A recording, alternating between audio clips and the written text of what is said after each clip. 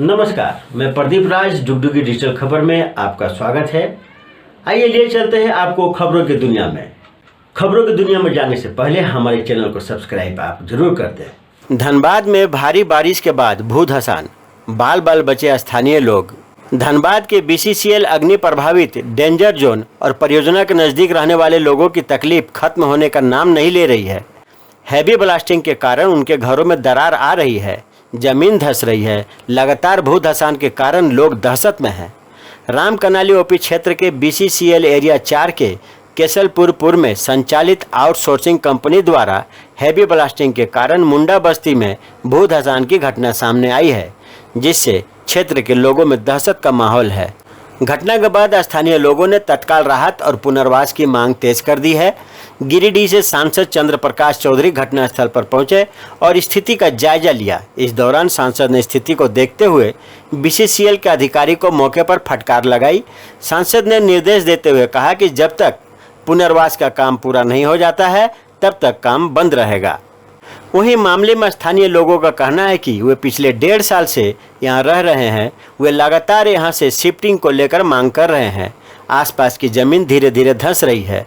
लोगों का कहना है कि आउटसोर्सिंग के द्वारा हैवी ब्लास्टिंग की जाती है। ब्लास्टिंग और बारिश के कारण जमीन धंस रही है। लोगों का कहना है कि प्रबंधन के द्वारा 1 सप्ताह से सिर्फ आश्वासन दिया जा रहा है, लेकिन कंपनी की ओर से पहल नहीं की जा रही है। हम लोग सिर्फ दूसरी जगह की मांग कर रहे हैं जहां हम लोग सुरक्षित रह सके। उनका है कि किसी भी समय दब सकता है और लोगों का जान जा सकता है।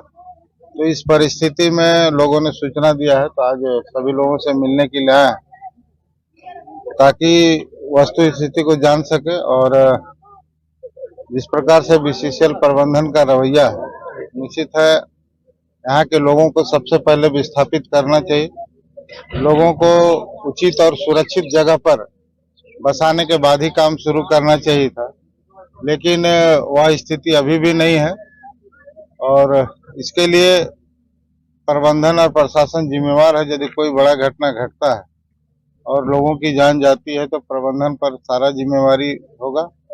और जिला प्रशासन जो भी हमेशा लोगों को यहाँ पर डरा के धमका के जो केस मुकदमा करके जो लोगों को डराया जाता है, तो इस तरह का जानकारी मुझे मिला है। तो निश्चित और लोगों से मिलने के लिए आए तो लोग काफी दहशत में हैं और सभी लोग यहाँ से जाना चाहते हैं सुरक्षित जगह पर, लेकिन प्रबंधन का कोई भी ठोस आश्वासन अभी तक नहीं मिला है। और कई बार मीटिंग भी हुआ है, कई बार लोगों से वार्ता भी हुआ है, लेकिन अभी तक कोई पहल नहीं हुआ। तो इस संबंध में पूरी जानकारी लेकर प्रबंधन से हम बात करें। कहा कि यहाँ के लोगों के साथ आज से नहीं, शुरू से ही, खास करके बीसीसीएल में यहाँ के लोगों के साथ हमेशा अन्याय हुआ है और लोगों को झूठा आश्वासन मिला है। न तो रोजगार मिला है, न तो विस्थापन हुआ है।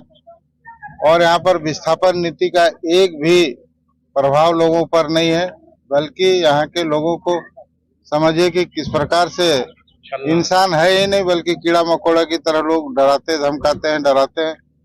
कई लोग अपने जान भी दे देते हैं, लेकिन फिर भी प्रशासन को इसका कोई प्रभाव नहीं पड़ता। सांसद चंद्र प्रकाश चौधरी करेंगे क्या इस मामले में? चूंकि मैं भी विस्थापित हूँ, मैं जानता हूँ यहाँ पर बीसीसीएल का रवैया, प्रबंधन का रवैया काफी यहाँ के लोगों के प्रति कोई भी व्यवहार अच्छा ढंग से व्यवहार करे, यह उम्मीद हम नहीं कर सकते।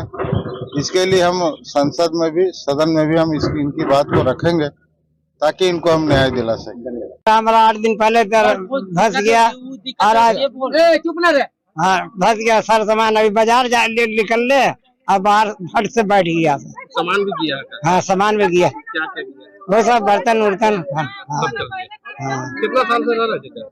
हमारा 4 गोष्ठी गुजर गया। सब वो ऑफिसर जानते हैं सर। अच्छा, पहले ऐसा ही?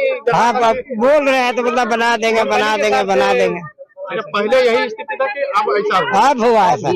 कोयला निकाल रहा है? हाँ मनमानी तरीके से? नहीं, अब क्या करता है हम नहीं बता सकते। कंपनी वाला मनमानी कर रहा है? वो आवाज होता है और धंसता है। डर लग रहा है? हाँ डरता है। क्या चाहते हैं? हमको रूम बना के दे दीजिए, बाथरूम में ये सब डेरा, हम चला जाएंगे सर। पैर पकड़ते हैं हम, जल्दी यहाँ से भाग जाए।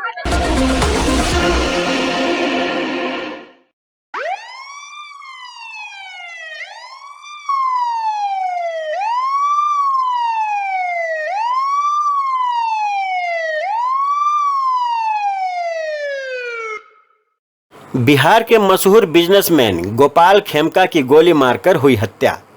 6 साल पहले ही उनके बेटे का हुआ था मर्डर। राजधानी पटना में अपराधियों ने मशहूर बिजनेसमैन गोपाल खेमका की गोली मारकर हत्या कर दी है। अपराधियों ने शुक्रवार रात 11:30 बजे गांधी मैदान थाना क्षेत्र के राम गुलाम चौक स्थित उनके घर के सामने घटना को अंजाम दिया है। गोपाल खेमका के परिजन ने पुलिस पर लापरवाही के गंभीर आरोप लगाए हैं। उनका कहना है कि गांधी मैदान थाना घटना स्थल से महज 300 मीटर की दूरी पर ही स्थित है। फिर भी पुलिस 2 घंटे बाद घटना स्थल पर पहुंची। परिजनों का दावा है कि उन्होंने तुरंत पुलिस को सूचना दी थी, फिर भी पुलिस 2 घंटे बाद घटनास्थल पर पहुंची। वहीं पुलिस ने कहा है कि उन्हें समय पर सूचना नहीं मिली। घटना के बाद खेमका को तुरंत अस्पताल ले जाया गया, जहां डॉक्टरों ने उन्हें मृत घोषित कर दिया।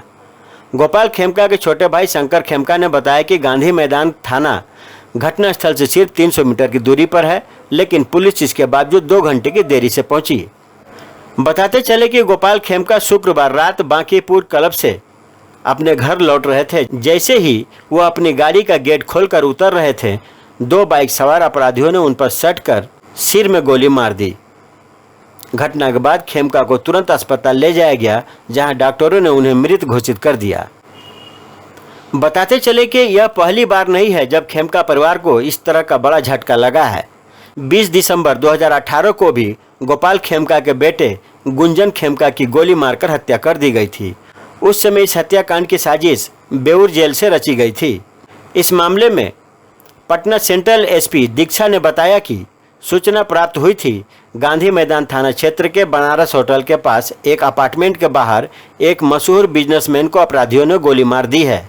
पुलिस जब स्पॉट पर पहुंची तो वहां से खोखा और गोली बरामद की गई है। हमारे बड़े भाई को उनके घर के बाहर रात 11:30 बजे गोली मार दी गई है क्रिमिनलों के द्वारा। गोली की आवाज सुनने के बाद उनके बेटे बहू उनको उठा करके मेडिवर्सल ले गए हैं। उसके बाद तमाम रिश्तेदार वहां पहुंचने के बाद पुलिस को खबर की गई है और हम लोगों ने ही थाने को इन्फॉर्म किया तो कंकड़बाग या जो भी उसके सराउंडिंग का थाना है वो आया है, उसने भी फ्लैश किया है। उसके बाद गांधी मैदान थाना 1:33 पे मेडिवर्सल में पहुंचा है। कोई सीनियर नहीं पहुंचे हैं, न सिटी एसपी न एसपी, कुछ नहीं। 2:30 बजे सिटी एसपी आई हैं यहाँ पे हमारे घर के बाहर। कोई इनके पास में कोई कुछ नहीं है। हमने ही बताया मैडम देखिए वहाँ गोली लगी है, वहाँ गोली का खोखा पड़ा है, तो इन लोगों ने रोड पे से उठा के ईंटा और बांस से उसको घेरा है। इनके पास कुछ भी नहीं है, कोई संसाधन नहीं, कोई सामान नहीं। क्राइम सीन को ये लोग कहीं पे उसको कुछ कर सके, इन्वेस्टिगेट कर सके। इनके बच्चे को मारा गया था और पिता को मार दिया गया। क्या बचता है भाई? क्या है? आज सिवान में नरसंहार कर दिया गया, 7 आदमी को मार दिया गया, 3 आदमी स्पॉट डेथ। इससे बड़ा कौन है समाज के लिए सोचने वाला?